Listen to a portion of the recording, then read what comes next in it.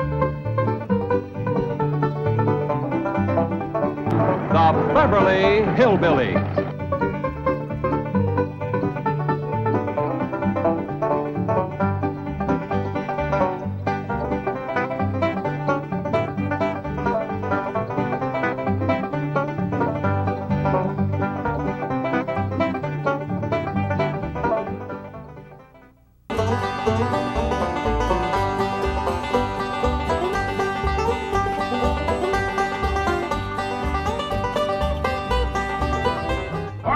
Jethro, tell us exactly what happened with Miss Drysdale.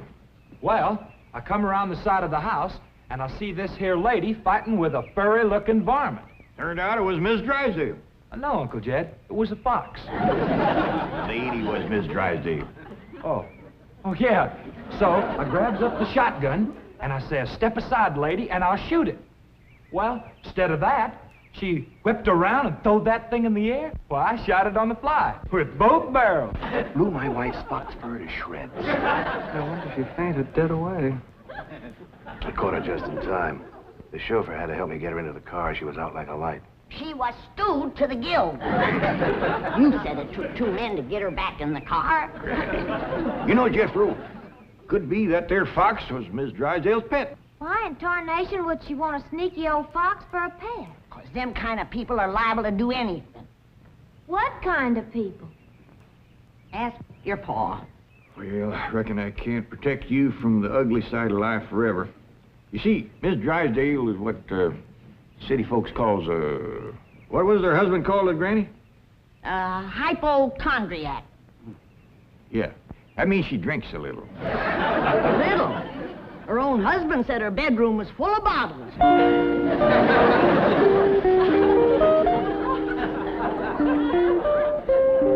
The doctor says she'll sleep for several hours. He gave her a sedative. What about Claude? Oh, she insisted that he have a sedative, too. Poor dog, he's probably the first canine hypochondriac. Well, let's be thankful for one thing, Mr. Drysdale. What's that? The tree outside the window. It completely obscures her view of the Clampett estate. Yes. And if that tree should ever lose its leaves and she gets one look at those hillbillies... It shall not happen. The Clampetts have agreed to accompany me to Palm Springs. Fine, fine. Now, you keep them there until I get Margaret back to Boston. Can do, and will do. Maybe it's for the best that you know about that poor woman next door, Ellie. Now you can pitch in and help us get her cured. Yep. I'll need you to help find the makings from a sobering up mash. That's what I'll give her first. But Miss Jane said she was taking us to Palm Springs. Folks don't run off and leave the neighbors when they's in trouble. What are you going to need for your sobering up mash, Granny? Well, most of the stuff I got. But it takes pecan root, wretchweed, sourdough, skunk oil, chimney soot, spider webs, horsebeard, snake wart, pepper leaves, chicken gizzards, stump water, coal oil, slippery elm ooze, and turpentine, and a few more things that's secret. Oh, and the biggest toad you can find. Granny, you use a live toad? That's just for testing. I give it a swaller to see how far it jumps. Last time Granny used a sobering up mash, set a new record. Clean over the top of Alverny Bradshaw's clothesline. That's tall jumping for a toad. Oh, this wasn't no toad. This was Alverny's husband, Homer. It was him Granny was sobering up. Wellie, if you're going out in the brush hunting stuff for Granny, you'd best put on some old clothes. Okay, Pop. Well, let's get it going.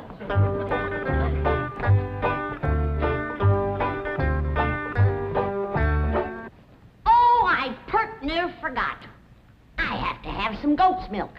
After Mrs. Drysdale takes my sobering up mash, she has to have fresh goat's milk every half hour to stop the burning. Well, I reckon Jethro can borrow some. Well-to-do neighborhood like this, folks is bound to keep goats. Everybody except us. We ain't even got a cow. Nor pigs neither. Nor chickens. We ain't even got nothing to pull a plow. You're supposed to be so dad-blame rich.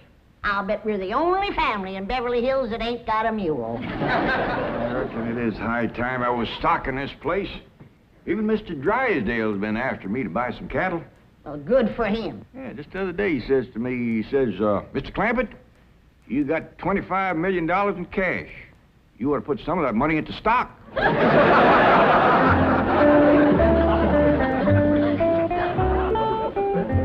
Well, we better get busy now if we're going to find... There goes that music again. Jethro, did you ever find out where that's coming from? No, sir, I didn't. Every time I went to looking for it, somebody always come to the door. This time I'm gonna find it for sure. Yeah, good hunting. Me and Granny will be figuring out what stock to buy.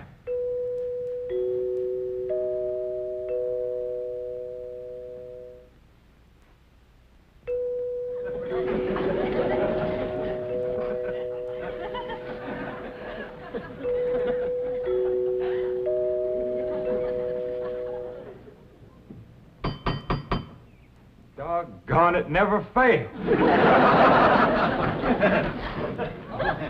Howdy, Miss Hathaway. Oh, please stop calling me Miss Hathaway. Now, if I can call you by your first name, Jethro, surely you can do the same for me. But, Please? well, howdy, Miss Jethro. How about calling me Jane? I like that better. Well, are we all set to leave for Palm Springs? No, ma'am. Uncle Jed and me's going to town and buy some stock. Stock? Yes, ma'am. Mr. Drysdale, he told Uncle Jed he had ought to put some of his money into stock. He dictated a memo on that. But you needn't waste time driving into town. You can order your stock by telephone. Now, here are Mr. Drysdale's recommendations. He doesn't want your Uncle Jed to get a bum steer. Oh, Uncle Jed, he wouldn't buy no bum steer. Bears should be cautious in a bull market. You gotta be careful with cows, too. Jethro, you have the most delightfully bucolic sense of humor. Now then, would you like to ride to Palm Springs with me, or would you prefer to drive and meet me there? Jethro? Oh, yes, ma'am. Would you like to drive your own car? Oh, yes, ma'am. I like to drive. Very well. I have typed out explicit directions. I've even drawn a map showing the exact location of the hotel. They have a lovely pool, and... Jethro. Oh, yes, ma'am.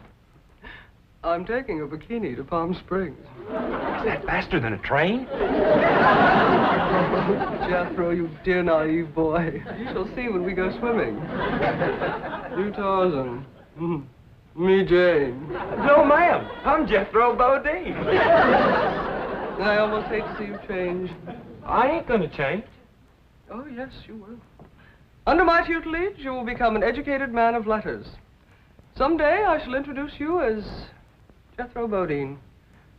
B.A., M.A., Ph.D.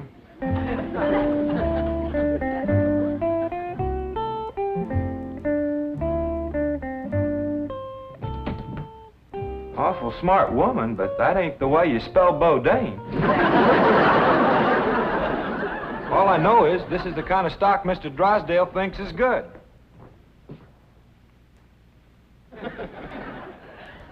What does that say? IBM. What's that spell? IBM. What's an IBM? I don't know. Next it's got, Us's. Us's? Well, that's what's wrote there. USS. That makes sense. Well, maybe it ain't Mr. Drysdale's fault. Just between you and me, that Miss Hathaway can't spell for sour grape. I don't need this list nohow. Me and Granny's already figured out what we want. That's right. A pair of goats, 3 pigs, 4 cows, a bull, a mule, and a dozen chickens. Reckon we get all that on the truck? Don't have to. Miss Hathaway says just call on the telephone and they bring them out. Oh, now, ain't that nice? Hello? Jed, I watched that banker feller. You have to stick your finger in them holes and spin her a while. All right.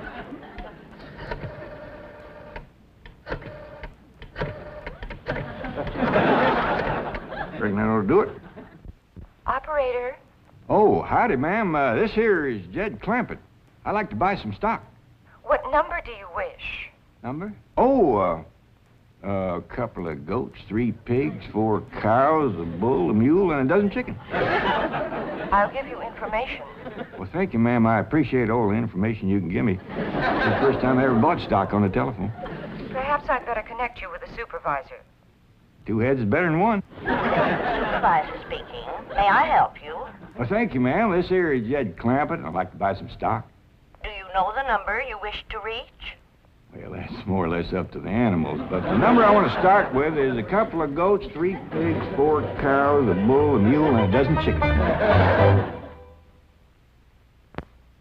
It sure is a dandy pen, Jethro. As soon as Ellie gets back from the Drysdale, she can milk this here goat.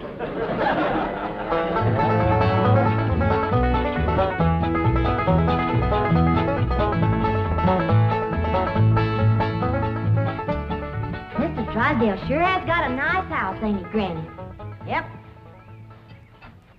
Nice house, nice car, nice job.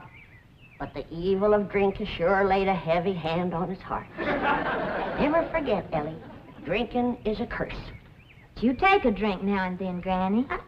Never more than a thimbleful.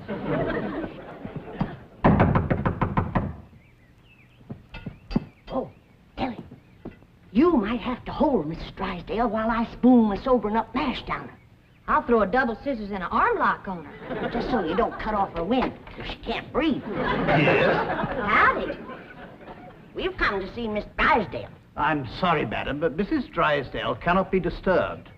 Are you her kin? I'm a butler. Oh, that must have been her maiden name. You were taking care of her, are you? I am a butler, madam. Well, I'm glad to see that her family ain't ashamed to help her. Whom shall I say called? Well, this here's Granny, and I'm Ellie Mae. Pa and Jethro would have come too, but they're busy with the cattle. Very good. Hold on now. We've come to see Miss Drysdale. Mrs. Drysdale is indisposed, madam. She is not receiving. Oh, still sleeping it off, huh? Well, when she comes to, you just spoon half of this down her and then stand back. Yeah, she'll commence to doing some tall jumping. Won't bite you. We'll be back later with the goat's milk. Want me to stay and help you do for Miss Drysdale? We are managing, thank you. Are you doing the washing and the cleaning and the cooking for her? Certainly not.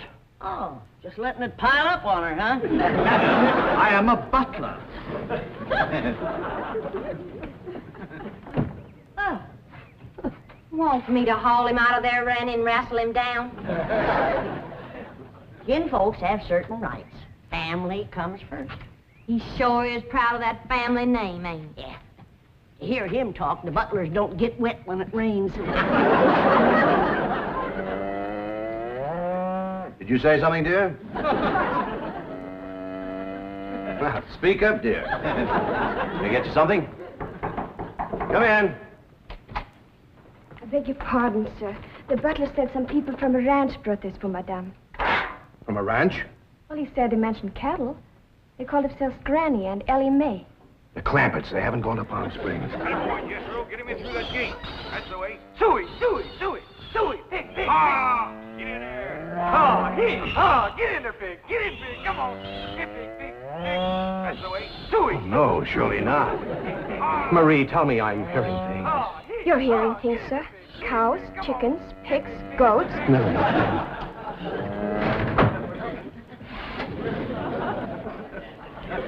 Anything I can do, sir?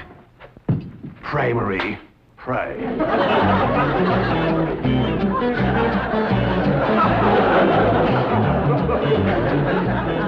Hold your horses, I'm a-coming. Oh, howdy, Mr. Drysdale. Did your wife pick Ellie up? Mae? Where's your father? He's tending the cattle. He brought cattle into this beautiful estate? No, he called on the telephone, and some men brought him in a truck. Yes, sir. I'm just fixing to go milk the goats. Come on out to the stock pen. Stock pen?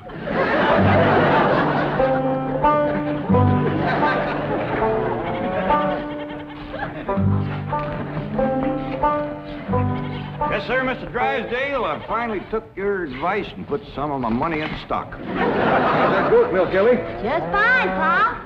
It sure is a dandy pen, Mr. Drysdale. Yeah, good stout fence around outside. Of course, that one across the middle ain't so much.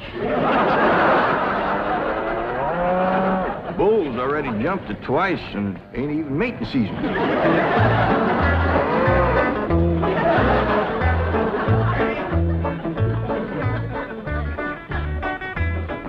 myself some mighty fine-looking stock. Of course, they need a little fattening up. Mr. Drysdale happy to see him? Granny, he was so happy he couldn't talk. He just kind of hung on a fence and made little gurgling noises in his throat. Well, that poor man has some joy coming to him. I'm glad to be able to help him to forget his trouble for a spell. Here's the goat's milk, Granny. Oh, good, Ellie. Now, you run that right over to Mrs. Drysdale. That sobering up mess smarts considerable unless you follow it up with fresh goat's milk. Ellie, Mr. Drysdale ever find his tongue? Yeah, Pa. Whilst I was milking the goat, I heard him kind of mumbling like he was giving thanks. He says, "Oh, what have I done to deserve this?" Lord love him. Ain't that pitiful? Hurry, child, now hurry. You know, Granny, it gives a person a mighty good feeling to help a neighbor. You betcha. And he needs us, because his wife's kin ain't no help. Who's that? That high and mighty Mr. Butler. That's who came to the door when Ellie and me took the mash over. Wouldn't let us see Miss Drysdale. Well, now, you can't hardly blame him for not wanting folks to see it. Uncle Jed, the bull jumped that little fence again, so I tied him back over on his side. Where's Mr. Drysdale? I asked him to come in for some coffee. It was the funniest thing would happen to him. You know how he was hanging on the fence of the stock pen, kind of gurgling and mumbling happy-like? Yeah. Well, all of a sudden, he points up towards his house and says, "My wife, that's her window." Then he goes tearing off into the bushes like a bear was after him. She took some mash and he seen her jumping. Looks like Ellie's gonna get there with the goat's milk just in time. Oh, Sonny, Sonny, your mumsy just had the most ghastly dream. I was going to see our new neighbors, the Clampetts, and suddenly this dreadful giant appeared with a huge gun and shot my beautiful fox fur. Isn't that the most dreadful... Claude, what are you eating? Oh, did Ravenswood bring my darling boy some nice fishy scraps? Claude. Claude! Marie, come and get Claude. What's the matter, dear? Claude, he's having a seizure or something. Is something wrong? Yes, Marie. Open the window. Yes, let's have some fresh air. No. You take Claude to the doctor. I'll get the window.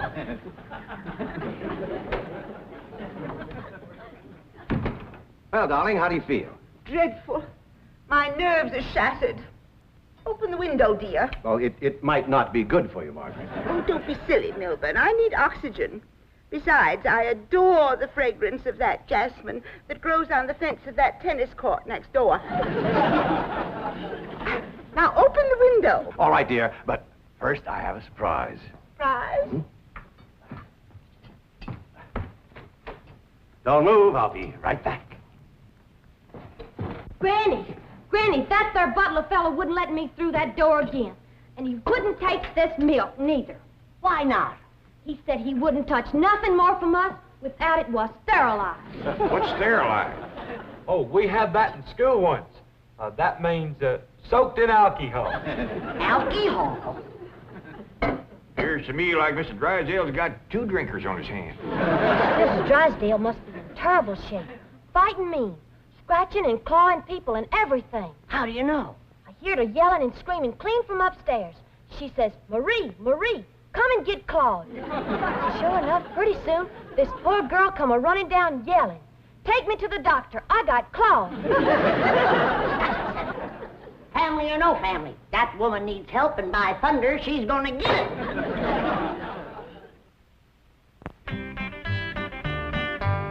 Surprise! Surprise! Milburn, have you taken leave of your senses? You know I'm much too nervous to watch television. But, darling, the doctors in Boston said your nerves were just fine. Those Boston doctors. They had the audacity to tell me that I was perfectly healthy. I said, I'm not paying you all that money to tell me I'm healthy. Milburn, I do not want to watch television. Well, you don't have to watch it, dear. Just listen. There's an exciting Western on. Western? Milburn, shut that off and open the window. I will. Oh, there we are.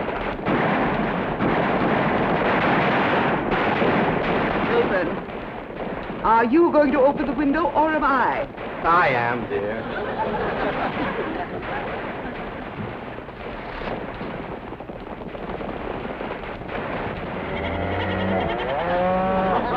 There, you see, the cattlemen and the sheepmen are fighting it out. Well, if you won't turn it off, I will. Oh, dear, I do admit that's a very old plot, but I'm sure we can get something better.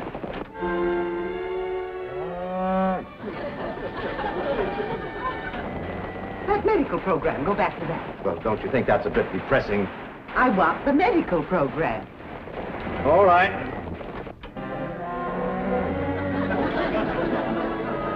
Wilbur, I still hear the cattle and the goats. Yes, you see, this is the latest thing in television program. A medical western.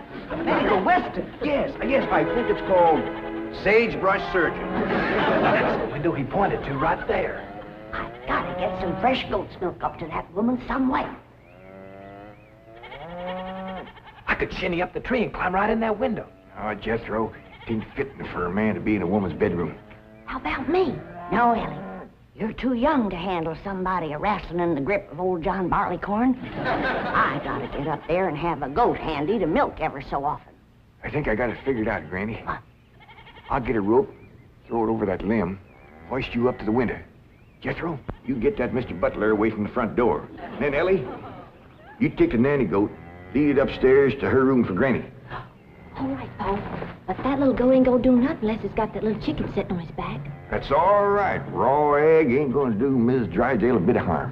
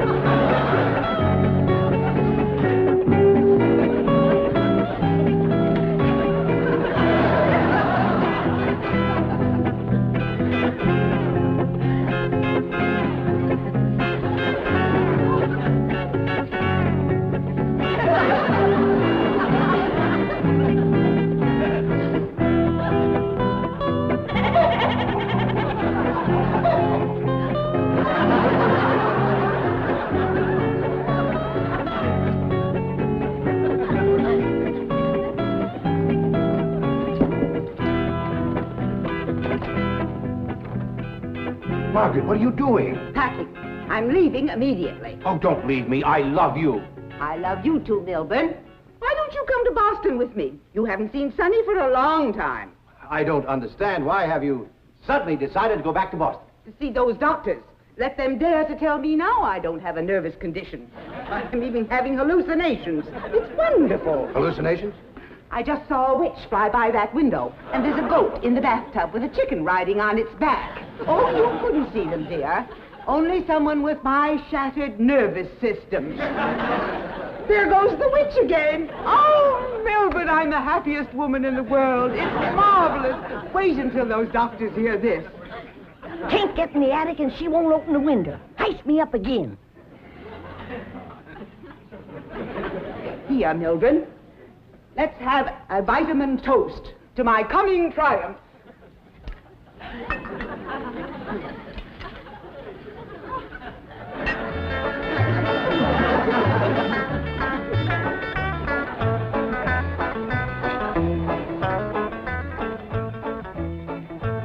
It's too late, Jed. What do you mean, Granny? We didn't get to her in time. Now she's got her husband on the stuff.